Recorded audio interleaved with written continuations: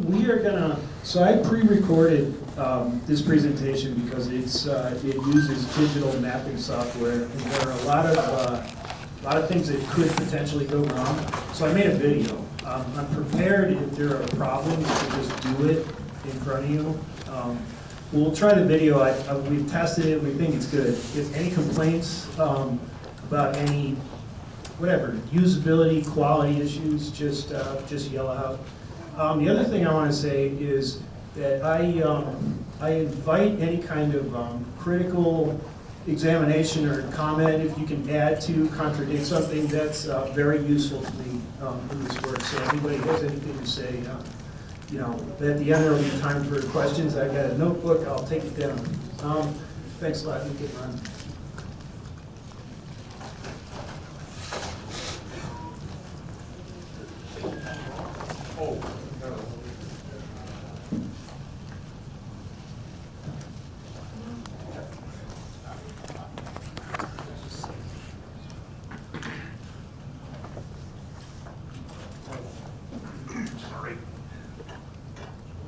Our insights, or get new insights about exactly where the infrastructure of Carson and Tahoe Lumber and Fluming Company was. Speak into the microphone, please. Hi, this is Doug Spurling, and I'm going to talk.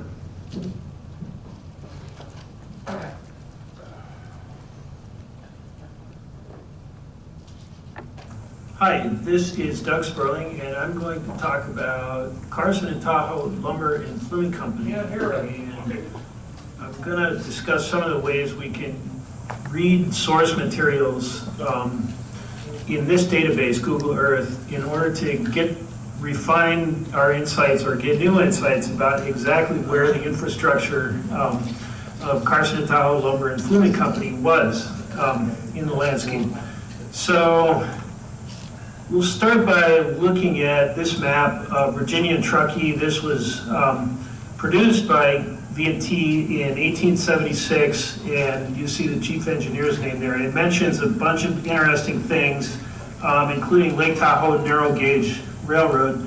And that's what we're talking about. Carson and Tahoe Lumber and Fluming used a number of names for its narrow gauge infrastructure, and that was one of them.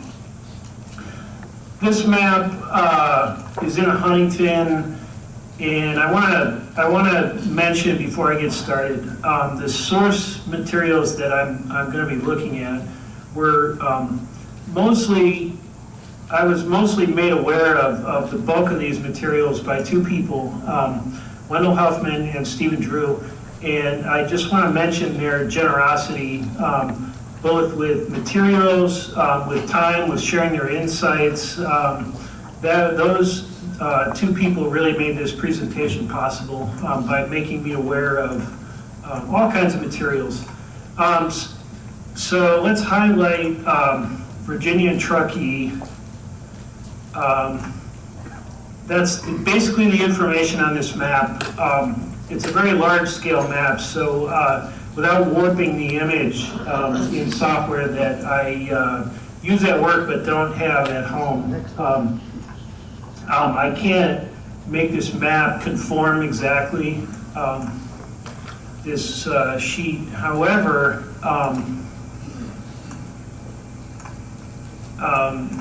accuracy is pretty good and the map is very informative. And we'll fade away that larger map and talk a little bit about, quickly about the relationship between Virginia and Truckee and the relationship between it and Carson and Tahoe Lumber and Fluming, and some of the differences between the two and some of the ways that affects possibly some of the kinds of source materials that are available.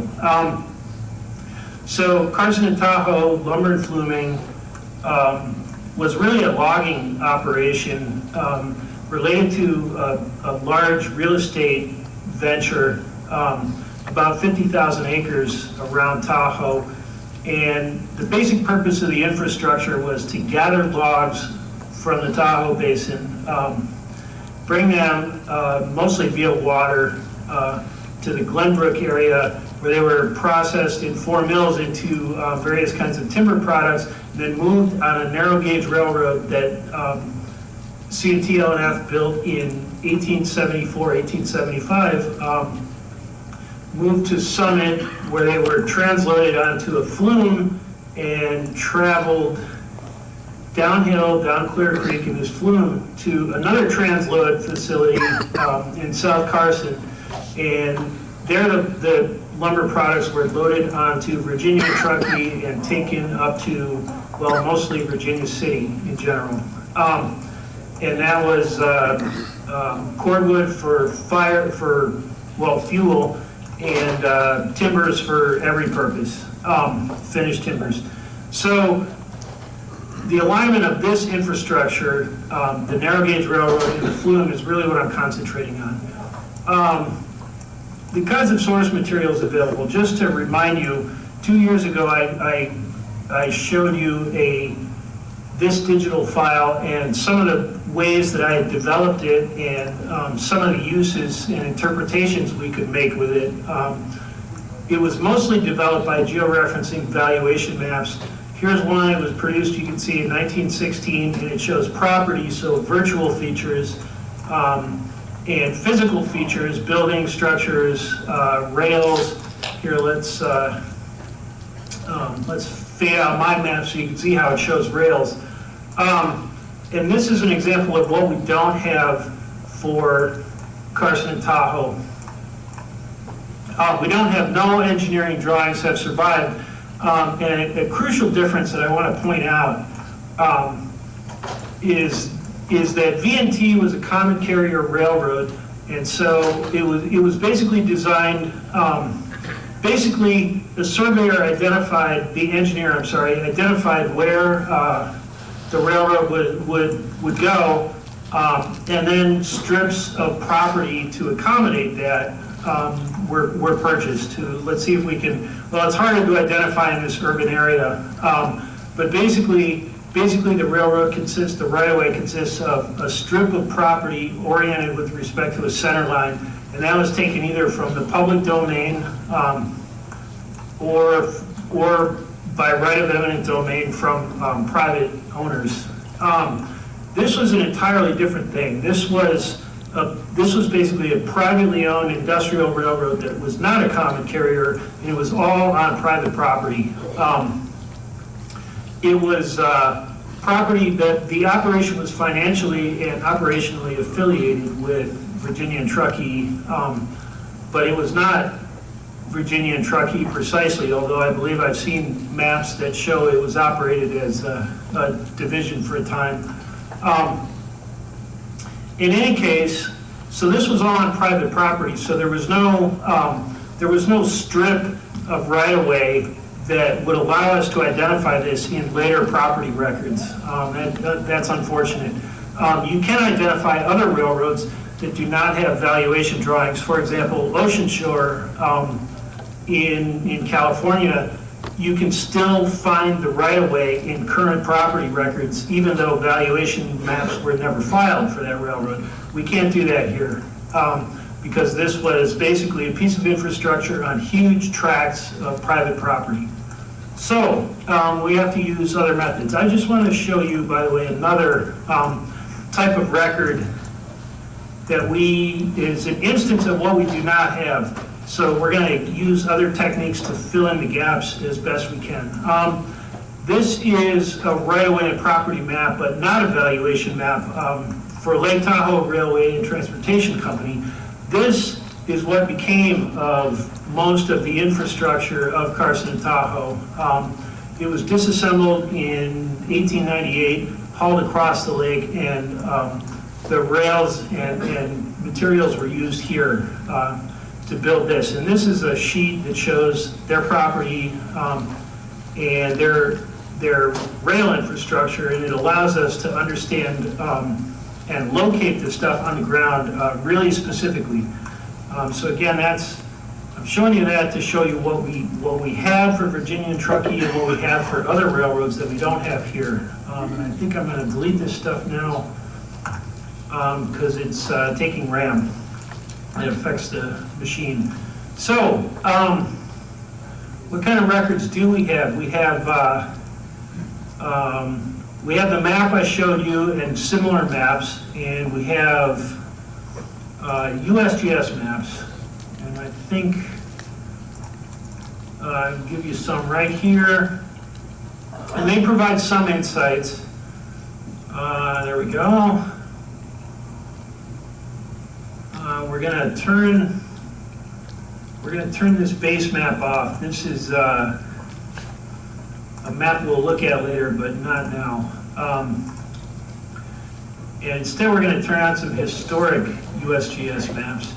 These USGS produced these in 1891 to 1892, and they do catch the railroad. Unfortunately, they don't show the flume. They also show an affiliated operation that I thought I was going to have time to talk about, but simply don't. Whoops, we've got an issue. These maps are taking a second to load. There's a couple of things to say here. The georeferencing here was done by USGS itself, and there are some issues. They can be adjusted a little bit, but this is a very coarse scale map, 1 to 125,000 scale. They never caught this infrastructure on any of the finer scale mapping programs because they didn't start up until this infrastructure was gone in 1898. They didn't start up till after that. So this is about as good as it gets. And you can see that it doesn't have maybe the level of detail that we're shooting for by probably a couple of orders of magnitude. So just wanted to show you that kind of resource. A lot of insights, but we're hoping to refine that quite a bit more. What we do have are historical images of various kinds. So what I've done is gather those and make little thumbnails, 400 pixel wide thumbnails, and reference those in. And here's kind of what some of those can show us. So here's these are just examples so you can see what I'm talking about. There's the Cordwood Pier. Whoops, when they get too close together, it combines them, and it's hard to use. There's a shot of the mill by George D. Stewart in the 1880s. There's the Cordwood Pier from a different angle, etc. So taken all together, if these are assembled in a way that lets us read the images one against the other and understand what they're showing us relative to the landscape, we could start to rebuild a picture of this with some accuracy. I started with some overview photos. There's one. This one I got from Wendell. The little circles are important. These are expert analysis of what we're looking at. These circles represent Davis Mill, Mill number 1, Mill number 2, Engine House, and Praise Mill. So the first step was to sort of get all these in here and code their approximate viewpoint into the software. So then I can read them against what I'm seeing and start to draw this line. You have to understand, I'm guessing at these angles. I don't have the kinds of information. This was all one large tract of property, so we can't use boundaries, right-of-way boundaries, relative to current known right-of-way boundaries. We can't leaf through the deed and title process and arrive back at the former right-of-way. That information is encoded into the deeds the way it is with the normal railroad. So looking at all this data, and plus a couple of other kinds of data, let's talk about that. An important piece that I used in a fade away my work, and then we're gonna look at a different vintage of aerial imagery because the light changed and we can catch different stuff. Okay, in this image, you can see a row of two parallel rows of piers that have survived out in the water. There's stuff here of some kind. There's a distinctive circular structure here. And so now, seeing that, let's bring back our stuff and see what some of these images can tell us about some of those structures we saw. I think you see it better here. No? False. Okay, that thing right there is the semicircular breakwater near mill number 2. That's mill number 2, then mill number 1, and that's the Davis mill way up there. So if we double click, whoops, come on. All right, the real way you do this,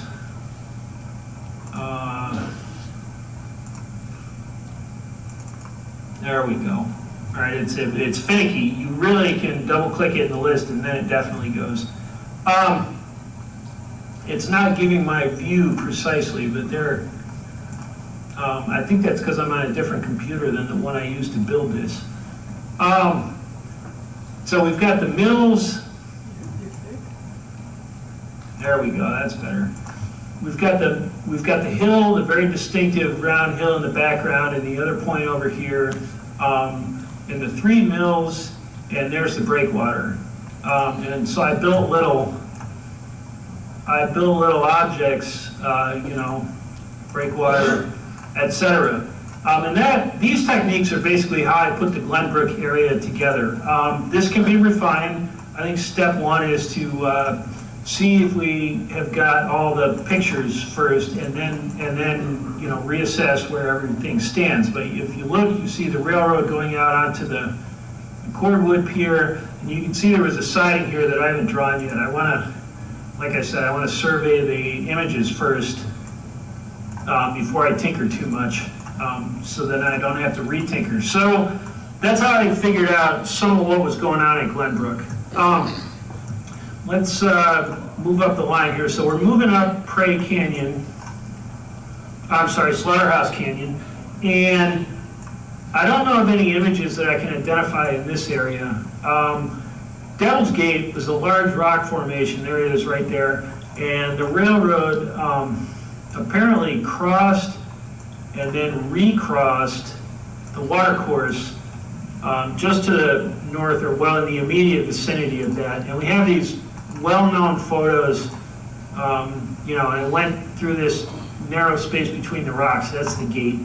I assess, after looking at this, that photographer was standing about here looking, you know, down canyon, and there must have been a trestle here that we can't see, you know, somewhere of some kind.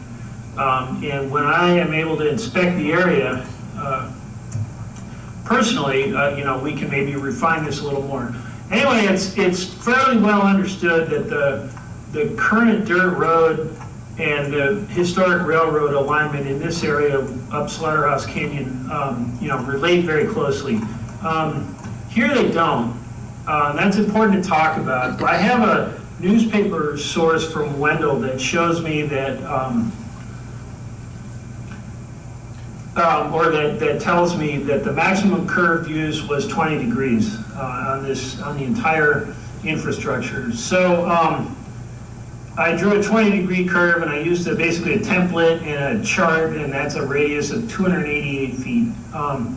And you know, looked at some pictures, and I gather that probably this picture was taken here. That could be wrong. This is a guess on my part. And one thing I want to point out is that because of the way this software keeps track of where things are in the model, it's the same way that like your Garmin GPS, you know, reads from satellites. That's the same number. So you can, if you go out here in the landscape with, say, a Garmin, and you find things like, you know, a fiddle here that we would hope to, you know, that I don't see in this picture, but that we would expect and hope to find, leading to, you know, some fill, leading to like trestle timbers, then you could mark that with your Garmin, and then we can read that straight into this model and they use that information to refine this. So those are some of the ways this could be developed in the future.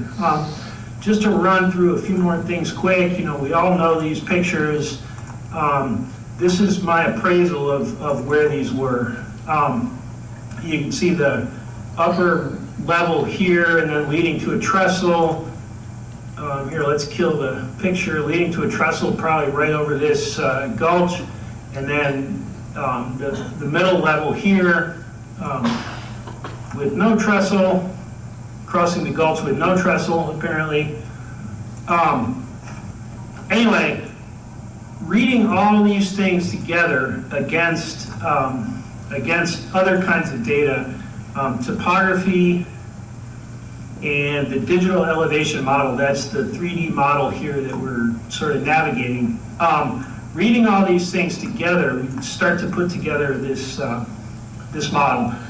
There was a passing track, and I assess, that's another way of saying it's a careful, educated guess. I assess that it was probably here. You'll notice there, the hill is, the track is curving to the photographer's right, and so we must, you know, down canyon must be to our left, and then, you know, there's distinctive hills right here. And if you double click, whoops, and get down there into what I think is the photographer's view, you'll see there's, you know, the hill on the right, distinctive hills over here in the background. And there aren't too many other places this potentially could be. So I think the passing track was, you know, right here. I haven't drawn it yet. We'll get there. Like I said, I don't want to take too much time and then I have to redo stuff. I know of no photographs in this area. There is a photograph of trestle 11 that's known, but I cannot identify yet where this was, and I sure would like to. Reportedly, the line had 11 trestles, so it would be important and useful to know this and know where they all were, and I'm not there yet. The tunnel, there's some controversy, or some, well, controversy isn't the right word, but there's some, it's known that there was either a 475 or 487 foot tunnel. One source says that the tunnel was on a 14-degree curve. There's a bunch of ways this could have been configured. It's fairly well understood now that one portal was about here. That's, I guess, the west portal.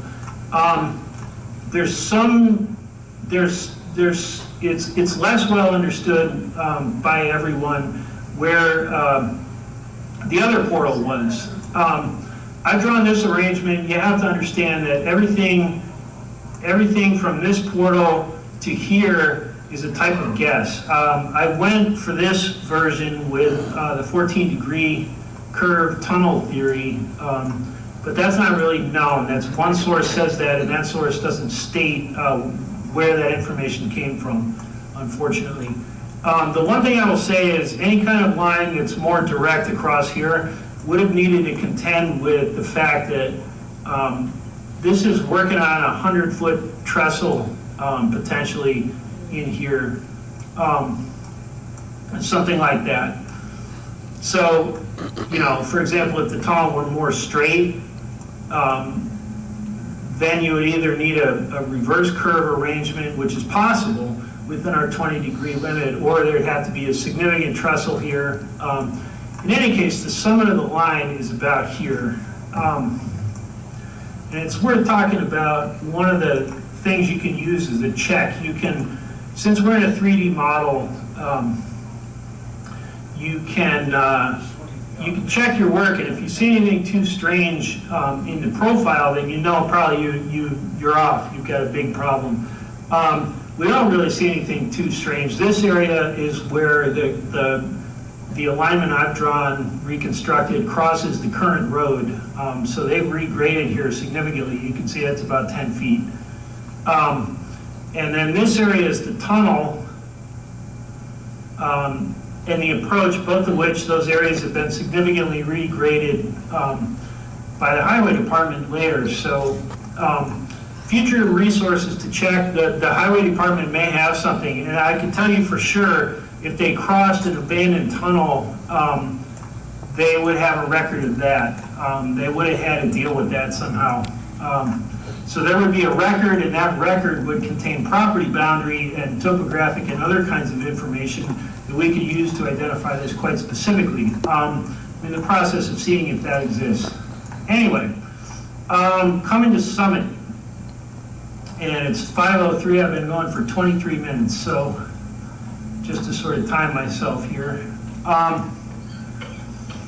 You know, these are all well-known pictures.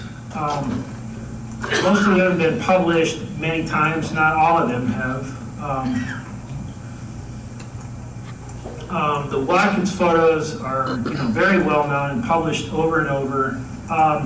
So let's talk a little bit about my procedure for figuring out what went on in this area. I have a map from Nevada State Railroad Museum, and it's a really important map. I got it yesterday. And here, let's turn that off. And give this a little more. And this map is from a workshop in 1994.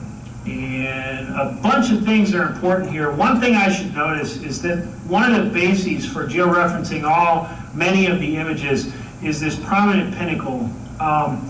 It's a big deal. Let's look. I think we're talking about that thing.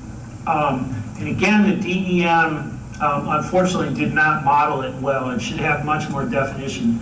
That's fairly common when they produce these DEMs. There's a smoothing routine, and this is a very large scale. I mean, they modeled the whole Earth.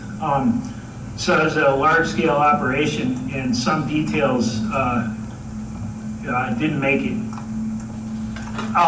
If we were, you know, doing civil engineering in this area, we'd get topo that had this very precisely, and we'd have a 3D model. That is, the thing standing between us and that is budget. So let's look at what I did here. So I've got this map that I georeferenced, and then I, you know, used that to sort of inform the placement of the images. So we should be seeing that pinnacle, you know, right up there, and then this nearer rock, and then the farther rock. And then right here, the finished lumber unloading track and the skidways, and then a couple of flumes, you know, crossing. They're going to meet down to our right, and that's over to our east. And right behind the locomotive should be a turntable. You know, so all this checks out. It all reads well against each other. And so that's encouraging. Like when all the data are in harmony, that's encouraging.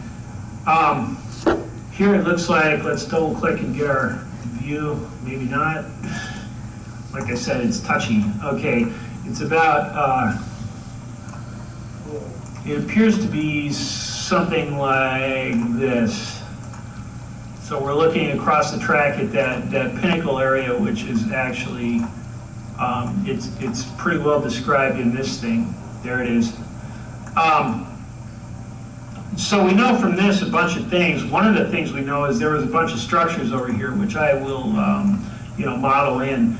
And there, by the way, is the old stage road. We've got the cordwood unloading track, and a bunch of little houses here, and we get various views and angles on those houses that help us understand. This is like the rest stop area now. If we fade this map away, we can see what's there. Now this is sort of the pull-off area. So anyway, that's what we get from our sources with this area. The turntable location, by the way, was crucial, and that was supplied to me by Wendell in a photograph with an arrow. So that was known in the past, very specifically. It was, you know, visible and known to people in the past, and that was critical information for referencing in both this map And then the various images, some of which, authors have called attention to the turntable being visible slightly. And so all that information, you put all that together, and that's what you get. The flume, this is a large, obscure area. Here's what I did. I looked at basically a bunch of pictures. This one in particular, this one's important. You notice we've got a historic road zigzagging down here, and you can see a crossing where that road crosses the flume here.